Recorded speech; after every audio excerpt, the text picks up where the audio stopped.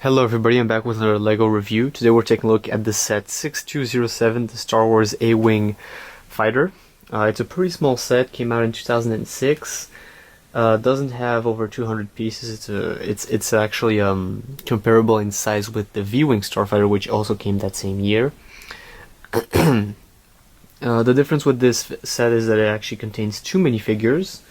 The first minifigure being the A-Wing fighter pilot. So he comes in a green tunic, and we see him repeatedly in the years as the standard A-Wing pilot. We also saw him in the Mon Calamari Star Cruiser, and I believe there's an older version of this pilot from the year 2000. So he's a pretty generic minifigure, but always a nice pilot to get. And then we have a mechanician or a technician. He comes in a gray jumpsuit and has a roller skate helmet, so that's kind of funny, but it completes pretty well the look. They have both standard twice and smiley face, I guess, and both minifigures are pretty generic. There's nothing exclusive about them, which doesn't make the set very interesting minifigure wise. But I guess what was really interesting about this set is the fact that it was a very cheap $15 set back in the days. You got two minifigures, one starfighter, and a little utility vehicle. I just want to start off with the utility vehicle. It's very simple. It comes in a yellow color scheme. It's two little pads, I guess, connected together with a ball joint, so you can really just have a lot of mobility with that. In the back, you have a I'm not sure what to call this thing, but it helps the pilot get down from the starship when he's done going out and fighting. In the back part, you can also fit a crate, and in the front part, it's the front part of the utility vehicle, so you can have the pilot or the technician just move things around. So taking a look at the instruction manual, it's pretty simple. We have the 2006 layout as always, with the Darth Vader and the Mustafar planet in the back. We have the A-Wing here in the front part. Move out through the instructions. It's relatively simple.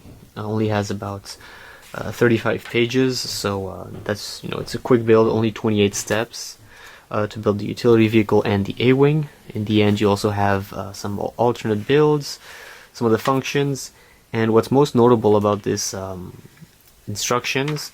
Obviously, at the end you have some of the extra sets, such as a Slave 1, B-Wing, a TIE Interceptor, and a Death Star.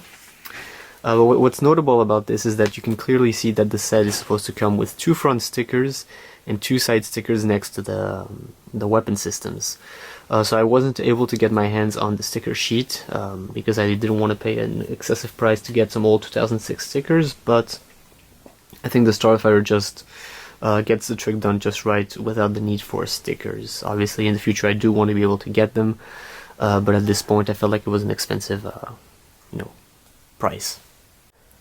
So taking a look at the A-Wing itself, it's a pretty nice model actually. I would compare it to the 2010, the green one that came with the Mon Calamari, and the 2013 one. After that, I also have the I believe 2015 one. But after that, all the Resistance A-Wings that came out, I don't have any of those from the Star Wars Rebels or third trilogy in the Star Wars saga. So I don't have any of those because, honestly, I kind of had a falling out with LEGO at that point. But I would definitely compare this with some of the older models, or, relatively older models. But I don't have them in hand right now. What I can tell you is that apart from the weapon system, the set doesn't look bad at all. I mean, it definitely has a really cool look. There are some issues with the set and the looks of it, I guess. The main issue, or I guess something that doesn't look great with this set, is definitely the stand, because the landing gear is what I'm looking at. So it's just a stool piece, just posed there. Definitely doesn't look good. Kind of having a hard time with it because it's necessary for the set to stand on its own, but as soon as you pick the set up, it's definitely harming the looks of the set. So that's definitely something I would change with some extra pieces. Looking at the weapon system, it's great because it does have a full mobility 360, turning around and stuff, because it's on a black pin. However, it's not as sleek as some of the newer models. It's definitely a good weapon system, but in the end, it's kind of just too exposed. It's not as sleek and as incorporated in the build as it could be, or as it is in the newer models. The engines, the back part, all of that is great. Definitely looks good. Hasn't really changed over time. Very comparable to the 2013 model, actually. Obviously, as you've seen, or as I will tell you later on, I don't have all the stickers for this set. There's actually 2 stickers missing here on the frontal panel, and 2 stickers on the tile pieces next to the weapon system. So those stickers are pretty minor details. They don't really change that much the look of the set, but eventually in time I'll have to get myself a sticker sheet, because it's always worth having the set fully complete. But they don't really harm the looks of the set much. The cockpit opens up pretty easily. In the inside, you don't have a control panel. You just have a sticker piece with a screen on it, and it's actually making reference. It's a look of a Star Destroyer bridge, making reference to the Star Wars Episode 6 scene where one of these A-wings crashes into the Super Star Destroyer's bridge, and obviously the Super Star Destroyer crashes down onto the Death Star. So that's a pretty cool moment in the Star Wars saga. And also you can open the back hatch and release one of these little crates that's just stored in there. You can store some blaster pistols or whatever you want. So that's it for the A-Wing build. Not much more to say about it. I really like the set. I really like the set because it's small and sleek, for the same reason I like the V-Wing fighter from the same year.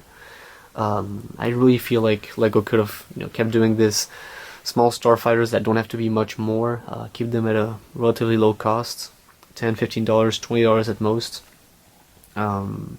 Just to let you know that I actually paid 17 Canadian dollars to get this set.